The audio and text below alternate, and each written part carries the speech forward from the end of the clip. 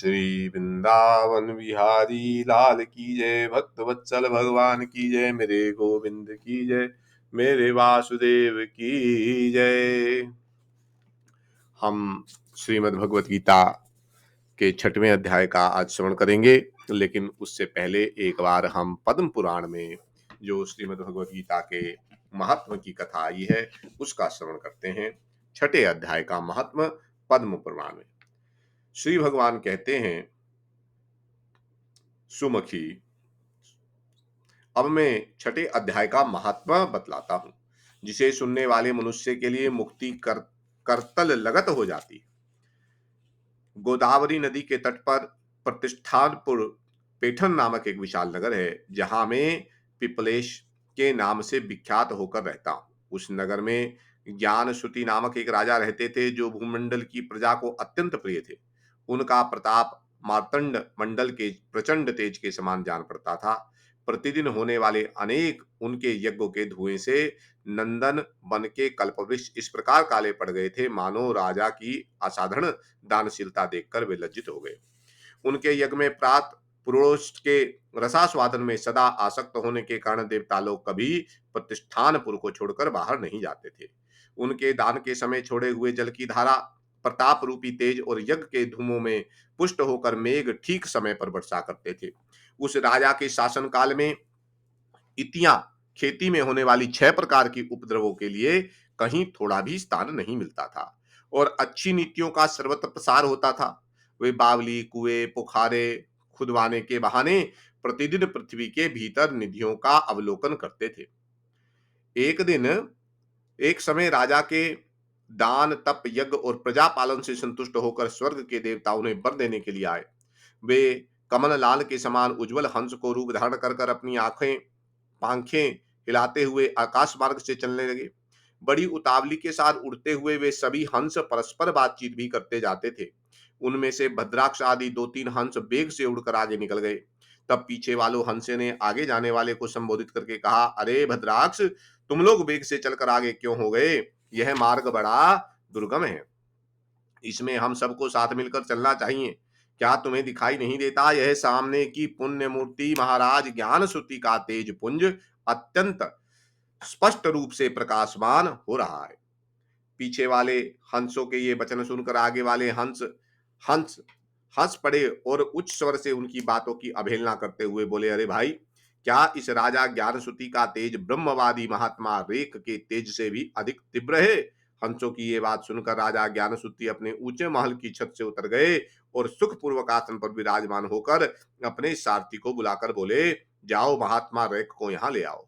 राजा का यह अमृत के समान वचन सुनकर वह महानामक सारथी प्रसन्नता प्रकट करता हुआ नगर से बाहर निकला। सबसे पहले उसने मुक्तिदायिनी काशीपुरी की यात्रा की, जहां जगत के स्वामी भगवान विश्वनाथ मनुष्य को उपदेश दिया करते थे। उसके बाद वह गया क्षेत्र में पहुंचा, जहां प्रफुल्ल नेत्रों वाले भगवान गदाधर संपूर्ण लोगों का उद्धार करने के लिए मार्ग करते थे। तदनंतर नाना तीर्थों में भ्रमण करता हुआ सारथी पापनाशनी मथुरापुरी में गया, जहां भगवान श्री कृष्ण का आदि स्थान है, जो परम महान एवं मोक्ष प्रदान करने वाला है। वेद और शास्त्रों में वह तीर्थ त्रिभुवनपति भगवान गोविंद के अवतार स्थान के नाम से प्रसिद्ध है। नाना देवता और ब्रह्म ऋषि उसका सेवन करते हैं। मथुरा नगर कालिंदी के किनारे शोभा पाता है। उसकी आकृति अद्रिचन के समान प्रतीत होती है। वह सब तीर्थों के निवास से परिपूर्ण है। परम आनंद प्रदान करने के कारण सुंदर प्रतीत होता है। गोवर्धन पर्वत के होने से मथुरा मंडल की शोभा और भी बढ़ गई। वह पवित्र वृक्षों और लताओं से आवृत है। उसमें 12 वन है। वह परम पुण्य में तथा सबको विश्राम देने वाले श्रुतियों के सारभूत भगवान श्री कृष्ण की आधार भूमि है। तत्पश्चात मथुरा से पश्चिम और उत्तर दिशा की ओर बहुत दूर तक जाने पर सारथी को काश्मीर नामक एक नगर दिखाई दिया, जहां शंख के समान उज्जवल गगनचुंबी महलों की पंक्तियां भगवान शंकर के अट्टहास की भांति शोभा पाती हैं। जहां ब्राह्मणों के शास्त्रीय आलाप सुनकर मूक व्यक्ति मनुष्य भी सुंदर वाणी और पदों का उच्चारण करते हुए देवताओं के समान हो जाते हैं। जहां निरंतर होने वाले यज्ञ धूम से व्याप्त होने के कारण आकाश मंडल मेघों से धुलते रहने पर भी अपनी कालिमा नहीं छोड़ता। जहां उपाध्याय के पास आकर छात्र जन्मकालीन अभ्यास से ही संपूर्ण कलाएं स्वतः पढ़ लेते हैं, तथा जहां मणिकेश्वर नाम से प्रसिद्ध भगवान चंद्रशेखर देहधारियों को वरदान देने के लिए नित्य निवास करते हैं। कश्मीर के राजा मणिकेश ने दिग्विजय में समस्त राजाओं को जीतकर भगवान शिव का पूजन किया था। तभी से उनका नाम मणिकेश्वर हो गया था। उन्हीं के मंदिर के दरवाजे पर महात्मा रेख एक छोटी सी गाड़ी पर बैठे अपने अंगों को खुजलाते हुए वृक्ष की छाया का सेवन कर रहे थे। इसी अवस्था में सारथी ने उन्हें देखा। राजा के बताए हुए भिन्न भिन्न चिन्हों से उसने शीघ्र ही रेख को पहचान लिया और उनके चरणों में प्रणाम करके कहा, ब्राह्मण, आप किस स्थान पर रहते हैं? आपका पूरा नाम क्या है? आप तो सदा स्वच्छंद विचरने वाले हैं, फिर यहाँ किस लिए ठहरे हैं? इस समय आपका क्या करने का विचार है? सारथी के ये वचन सुनकर परम आनंद में निमग्न महात्मा रेख ने कुछ सोचकर उससे कहा, यद्यपि हम पूर्ण काम है, हमें किसी वस्तु की आवश्यकता नहीं है, तथापि कोई भी हमारी मनोवृत्ति के अनुसार परिचर्या कर सकता है। रेख के हार्दिक अभिप्राय का आदर पूर्वक ग्रहण करके सारथी धीरे से राजा के पास चल दिया। वहां पहुंचकर राजा को प्रणाम करके उसने हाथ जोड़कर सारा समाचार निवेदन किया। उस समय स्वामी के दर्शन से उसके मन में बड़ी प्रसन्नता थी। सारथी के वचन सुनकर राजा के नेत्र आश्चर्य से चकित हो उठे। उनके हृदय में रेख का सत्कार करने की श्रद्धा जागृत हुई। उन्होंने 2 खच्चियों से जुती हुई एक गाड़ी लेकर यात्रा की। साथ ही मोती के हार, अच्छे अच्छे वस्त्र और एक सहस्त्र गाय भी ले ली। कश्मीर मंडल में महात्मा रेख जहां रहते थे, उस स्थान पर पहुंचकर राजा ने सारी वस्तुएं उनके आगे निवेदन कर दी और पृथ्वी पर पड़कर साष्टांग प्रणाम किया। महात्मा एक अत्यंत भक्ति के साथ चरणों में पड़े हुए राजा ज्ञान श्रुति पर कुपित हो उठे और बोले, रे दुष्ट क्षुद्र, तू दुष्ट राजा है। क्या तू मेरा वृतांत नहीं जाता? यह खच्चरियों से जुती हुई अपनी ऊंची गाड़ी ले जा, ये वस्त्र, ये मोतियों के हार, ये दूध देने वाली गाय भी स्वयं ही ले जा। इस तरह आज्ञा देकर रेख ने राजा के मन में भय उत्पन्न कर दिया। तब राजा ने शाप के भय से महात्मा रेख के दोनों चरण पकड़ लिए और भक्ति पूर्वक कहा, ब्राह्मण, मुझ पर प्रसन्न होइए। भगवान, आप में यह अद्भुत महात्मा कैसे आया? प्रसन्न होकर मुझे ठीक ठीक बताइए। रेख ने कहा, राजन, मैं प्रतिदिन गीता के 6 अध्याय का जप करता हूँ। इसी से मेरी तेजो राशि देवताओं के लिए भी दुस्साह है। तदंतर परम बुद्धिमान राजा ज्ञानश्रुति ने यत्न पूर्वक महात्मा रेख से गीता के 6 अध्याय का अभ्यास किया। इससे उन्हें मोक्ष की प्राप्ति हुई। इधर रैक भी भगवान मणिकेश्वर के समीप मोक्षदायक गीता के 6 अध्याय का जप करते हुए सुख से रहने लगे। हंस का रूप धारण करके वरदान देने के लिए आए हुए देवता भी विस्मित होकर स्वेच्छानुसार चले गए। जो मनुष्य सदा इस एक ही अध्याय का जप करता है, वह भी भगवान विष्णु के स्वरूप को प्राप्त होता है। इसमें तनिक भी संदेह नहीं है। तो ये था 6 अध्याय के गीता जी के का महात्मा, जो पद्म पुराण में आया। आइए अब भगवान श्री हरि की वाणी को सुनते हैं। श्री परमात्मने नमः। 6 अध्याय। उसके उपरांत श्री कृष्ण भगवान बोले, हे अर्जुन, जो पुरुष कर्म के फल को ना चाहता हुआ करने योग्य कर्म करता है, वह सन्यासी और योगी है। और केवल अग्नि को त्यागने वाला सन्यासी योगी नहीं है, तथा केवल क्रियाओं को त्यागने वाला भी सन्यासी योगी नहीं है। इसलिए हे अर्जुन, जिसको सन्यास ऐसा कहते हैं, उसी को तू योग जान। क्योंकि संकल्पों ने ना त्यागने वाले कोई भी पुरुष योगी नहीं होता। सम्मत बुद्धि रूप योग में आरूढ़ होने की इच्छा वाले मननशील पुरुष के लिए योग की प्राप्ति में निष्काम भाव से कर्म करना ही हेतु कहा है। और योगारूढ़ हो जाने पर उस योगारूढ़ पुरुष के लिए सर्व संकल्पों का अभाव ही कल्याण में हेतु कहा गया। जिस काल में ना तो इंद्रियों के भोगों में आसक्त होता है, ना कर्मों में ही आसक्त होता है, उस काल में सर्व संकल्पों का त्यागी पुरुष योगारूढ़ कहा जाता है।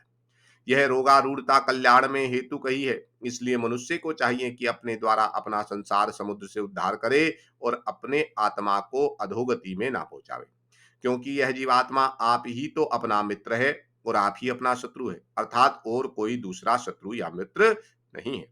उस जीवात्मा का तो वह आप ही मित्र है कि जिस जीवात्मा द्वारा मन और इंद्रियों सहित शरीर जीता हुआ है, और जिसके द्वारा मन और इंद्रियों सहित शरीर नहीं जीता गया है, उसका वह आप ही शत्रु के सदस्य शत्रुता में बढ़ता है। हे अर्जुन, सर्दी गर्मी सुख दुख आदियों में तथा मान और अपमान में जिसके अंतःकरण की वृत्तियां अच्छी प्रकार शांत है, अर्थात विकार रहित एवं स्वाधीन आत्मा वाले पुरुष में के ज्ञान में सच्चिदानंद घन परमात्मा संयम प्रकाश से स्थित है। अर्थात उसके ज्ञान में परमात्मा के सिवा अन्य कुछ है ही नहीं। ज्ञान विज्ञान से तृप्त है। अंतःकरण जिसका तथा विकार रहित है, स्थिति जिसकी और अच्छी प्रकार जीती हुई है, इंद्रियां जिसकी तथा समान मिट्टी पत्थर और स्वर्ण जिसके वह योगी युक्त अर्थात भगवत की प्राप्ति वाला है, ऐसा कहा जाता है। जो पुरुष सहृद मित्र बैरी उदासीन मध्यस्थ द्वेषी और बंधुगणों में तथा धर्मात्माओं में और पापियों में भी समान भाव वाला है, वह अति श्रेष्ठ है। जो पुरुष सहृद मित्र बैरी उदासीन मध्यस्थ द्वेषी और बंधुगणों में तथा धर्मात्माओं में और पापियों में भी समान भाव वाला है, वह अति श्रेष्ठ है। एक बार फिर इस श्लोक को पढ़ता हूँ। जो पुरुष सुहृद, मित्र, बैरी, उदासीन, मध्यस्थ, द्वेषी और बंधुगणों में तथा धर्मात्माओं में और पापियों में भी समान भाव वाला है, वह अति श्रेष्ठ है। इसलिए उचित है कि जिसका मन और इंद्रियों सहित शरीर जीता हुआ है, ऐसा वासना रहित और संग्रह रहित योगी अकेला ही एकांत स्थान में स्थित हुआ निरंतर आत्मा को परमेश्वर के ध्यान में लगावे। शुद्ध भूमि में कुशा, मृगछाला और वस्त्र और अप्रोपरि जिसके ऐसे अपने आसन को नाति ऊंचा और नाति नीचा स्थिर स्थापन करके और उस आसन पर बैठकर तथा मन को एकाग्र करके चित्त और इंद्रियों की क्रियाओं को बस में किया हुआ अंतःकरण की शुद्धि के लिए योग का अभ्यास करे। उसकी विधि इस प्रकार है कि काया, सिर और ग्रीवा को समान और अचल धारण किए हुए दृढ़ होकर अपनी नासिका के अग्रभाग को देखकर अन्य दिशाओं को ना देखता हुआ और ब्रह्मचार्य के व्रत में स्थित रहता हुआ बहरथी तथा अच्छी प्रकार शांत अंतःकरण वाला और सावधान होकर मन को वश में करके मेरे में लगे हुए चित वाला और मेरे प्रायण हुआ स्थित होवे। इस प्रकार आत्मा को निरंतर परमेश्वर के स्वरूप में लगाता हुआ स्वाधीन मन वाला योगी मेरे में स्थित रूप परमानंद पराकाष्ठ वाली शांति को प्राप्त होता है। परंतु हे अर्जुन, यह योग ना तो बहुत खाने वाले का सिद्ध होता है और ना बिल्कुल ना खाने वाले का तथा ना अति शयन करने के स्वभाव वाले का और ना अत्यंत जागने वाले का ही सिद्ध होता है। यह दुखों का नाश करने वाला योग तो यथा योग्य आहार और विहार करने वाले का तथा कर्मों के यथा योग्य चेष्टा करने वाले का तथा यथा योग्य शयन करने तथा जागने वाले का ही सिद्ध होता है। इस प्रकार योग के अभ्यास से अत्यंत वश में किया हुआ चित्त जिस काल में परमात्मा में ही भली प्रकार स्थित हो जाता है, उस काल में संपूर्ण कामनाओं से स्पृहा रहित हुआ पुरुष योग युक्त ऐसा कहा जाता है। जिस प्रकार वायु सहित स्थान में स्थित दीपक चलायमान नहीं होता, वैसे ही उपमा परमात्मा के ध्यान में लगे हुए योगी के जीते हुए चित्त की कही गई है। हे अर्जुन, जिस अवस्था में योग के अभ्यास से निरुद्ध हुआ चित्त अप्राम हो जाता है और जिस अवस्था में परमेश्वर के ध्यान से शुद्ध हुई सूक्ष्म बुद्धि द्वारा परमात्मा को साक्षात करता हुआ सच्चिदानंद घन परमात्मा में ही संतुष्ट होता है तथा इंद्रियों से अतीत केवल शुद्ध हुई सूक्ष्म बुद्धि द्वारा ग्रहण करने योग्य जो अनंत आनंद है, उसको जिस अवस्था में अनुभव करता है और जिस अवस्था में स्थित हुआ यह योगी भगवत रूप से नहीं चलायमान होता और परमेश्वर की प्राप्ति रूपी जिस लाभ को प्राप्त होकर उससे अधिक दूसरा कुछ भी लाभ नहीं मानता और भगवत प्राप्ति रूप जिस अवस्था में स्थित हुआ योगी बड़े भारी दुख से भी चलायमान नहीं होता, जो दुख रूप संसार के संयोग से रहित तथा जिसका नाम योग है, जिसको जानना चाहिए वह योग ना उकताए हुए चित्त से अर्थात तत्पर हुए चित्त से निश्चय पूर्वक करना कर्तव्य है। इसलिए मनुष्य को चाहिए कि संकल्प से उत्पन्न होने वाली संपूर्ण कामनाओं को निशेषता से अर्थात वासना और आसक्ति सहित त्याग कर और मन के द्वारा इंद्रियों के समुदाय को सब ओर से ही अच्छी प्रकार बस में करके कर्म से अभ्यास करता हुआ उपरामता को प्राप्त हुए और धैर्य युक्त बुद्धि द्वारा मन को परमात्मा में स्थित करके परमात्मा के सिवा और कुछ भी नहीं चिंतन ना करे। परंतु जिसका मन बस में नहीं हुआ है, तो उसको चाहिए कि यह स्थिर ना रहने वाला और चंचल मन जिस जिस कारण से संसारिक पदार्थ में विचरता है, उससे रोककर बारंबार परमात्मा में ही निरोध करे।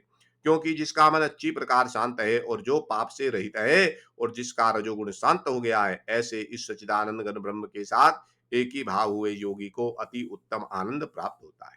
वह पाप रहित योगी इस प्रकार निरंतर आत्मा को परमात्मा में लगाता हुआ सुख पूर्वक पर ब्रह्म परमात्मा की प्राप्ति रूप अनंत आनंद को अनुभव करता है।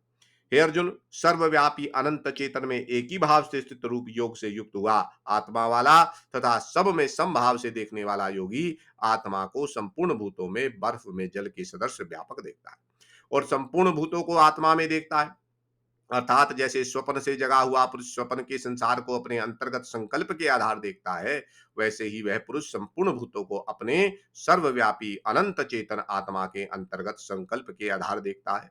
जो पुरुष संपूर्ण भूतों में सबके आत्मरूप मुझ वासुदेव को ही व्यापक देखता है और संपूर्ण भूतों को मुझ वासुदेव के अंतर्गत देखता है, उसके लिए मैं अदृश्य नहीं होता और वह मेरे लिए दृश्य नहीं होता, क्योंकि वह मेरे में एक ही भाव से स्थित है। इस प्रकार जो पुरुष एक ही भाव में स्थित हुआ संपूर्ण भूतों में आत्मरूप स्थित मुझ सच्चिदानंद वासुदेव को भजता है, वह योगी सब प्रकार से बरतता हुआ भी मेरे में ही बरतता है, क्योंकि उसके अनुभव में मेरे सिवा अन्य कुछ है ही नहीं। हे अर्जुन, जो योगी अपने सादृश्यता से संपूर्ण भूतों में सम देखता है और सुख अथवा दुख को भी सब में सम देखता है, वह योगी परम श्रेष्ठ माना गया है। इस प्रकार भगवान के वाक्यों को सुनकर अर्जुन बोले, हे मधुसूदन, जो यह ध्यान योग अपने सम्मत भाव से कहा है, इसी इसकी में मन के चंचल होने से बहुत काल तक ठहरने वाली स्थिति को नहीं देखता। अर्जुन बोलते हैं, इस प्रकार भगवान के वाक्यों को सुनकर अर्जुन बोले, हे मधुसूदन, जो यह ध्यान योग आपने सम्मत भाव से कहा है, इसकी में मन के चंचल होने से बहुत काल तक ठहरने वाली स्थिति को नहीं देखता। क्योंकि हे कृष्ण, यह मन बड़ा चंचल और प्रमथन स्वभाव वाला है तथा बड़ा दृढ़ और बलवान है, इसलिए इसका बस में करना मैं वायु की भांति अति दुष्कर मानता हूँ। इस प्रकार अर्जुन के पूछने पर श्री कृष्ण भगवान बोले, हे महाभाव, निस्संदेह मन चंचल और कठिनता से बस में होने वाला है, परंतु हे कुंती पुत्र अर्जुन, अभ्यास अर्थात स्थिति के लिए बारंबार यत्न करने से और वैराग्य से बस में होता है। इसलिए इसको अवश्य बस में करना चाहिए, क्योंकि मन को वश में ना करने वाले पुरुष द्वारा योग दुष्प्राप्य है, अर्थात प्राप्त होना कठिन है, और स्वाधीन मन वाले प्रयत्नशील पुरुष द्वारा साधन करने से प्राप्त होना सहज है। यह मेरा मत है।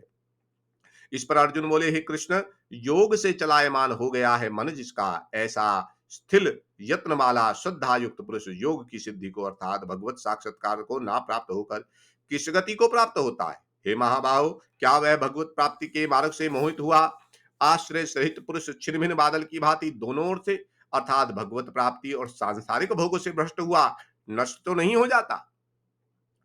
हे कृष्ण, मेरे इस संशय को संपूर्णता से छेदन करने के लिए आप ही योग्य हैं, क्योंकि आपके सिवा दूसरा इस संशय का छेदन करने वाला मिलना संभव नहीं है। इस प्रकार अर्जुन के पूछने पर श्री कृष्ण भगवान बोले, हे पार्थ, उस पुरुष का ना तो इस लोक में ना परलोक में ही नाश होता है, क्योंकि हे प्यारे, कोई भी शुभ कर्म करने वाला अर्थात भगवत अर्थ कर्म करने वाला दुर्गति को नहीं प्राप्त होता, किंतु वह योग भ्रष्ट पुरुष पुण्यवानों के लोकों को अर्थात स्वर्ग आदि उत्तम लोकों को प्राप्त होकर उनमें बहुत वर्षों तक वास करके शुद्ध आचरण वाले श्रीमान पुरुषों के घर में जन्म लेता है, अथवा वैराग्यवान पुरुष उन लोकों में ना जाकर ज्ञानवान योगियों के ही कुल में जन्म लेता है। परंतु इस प्रकार का जो यह जन्म है, जो संसार में निस्संदेह अति दुर्लभ है, वह पुरुष वहां उस पहले शरीर में साधन किए हुए बुद्धि के संयोग को अर्थात सम्मत बुद्धि योग के संस्कारों को अनायास ही प्राप्त हो जाता है, और हे कुरुनंदन, उसके प्रभाव से फिर अच्छी प्रकार भगवत प्राप्ति के निमित्त यत्न करता है। वह विषयों के बस में हुआ भी उस पहली के अभ्यास से ही निस्संदेह भगवत की ओर आकर्षित किया जाता है, तथा सम्मत बुद्धि रूप योग का जिज्ञासु भी वेद में कहे हुए सकाम कर्मों के फल का उल्लंघन कर जाता है। जबकि इस प्रकार मंद प्रयत्न करने वाला योगी भी परम गति को प्राप्त होता है। तब क्या कहना है कि अनेक जन्मों से अंतःकरण की शुद्धि रूपी सिद्धि को प्राप्त हुआ और अति प्रयत्न से अभ्यास करने वाला योगी संपूर्ण पापों से अच्छी प्रकार शुद्ध होकर उस साधन के प्रभाव से परम गति को प्राप्त होता है, अर्थात परमात्मा को प्राप्त होता है, क्योंकि योगी तपस्वियों से श्रेष्ठ है और शास्त्र के ज्ञान वालों से भी इस श्रेष्ठ माना गया है, तथा सकाम कर्म करने वालों से भी योगी श्रेष्ठ है। इससे हे अर्जुन, तू योगी हो। हे प्यारे, संपूर्ण योगियों में भी जो श्रद्धावान योगी मेरे में लगे हुए अंतरात्मा से मेरे को निरंतर भजता है, वह योगी मुझे परम श्रेष्ठ मान्य है। इति श्रीमद् भगवद गीता रूपी उपनिषद एवं ब्रह्म विद्या तथा योग शास्त्र विशेषज्ञ श्री कृष्ण और अर्जुन के संवाद में आत्म संयम योग नामक छठा अध्याय। बोलिए भगवान श्री हरि की जय, बोलिए श्री कृष्ण कन्हैया लाल की जय, बोलिए वृंदावन बिहारी लाल की जय, बोलिए भक्त वत्सल भगवान की जय।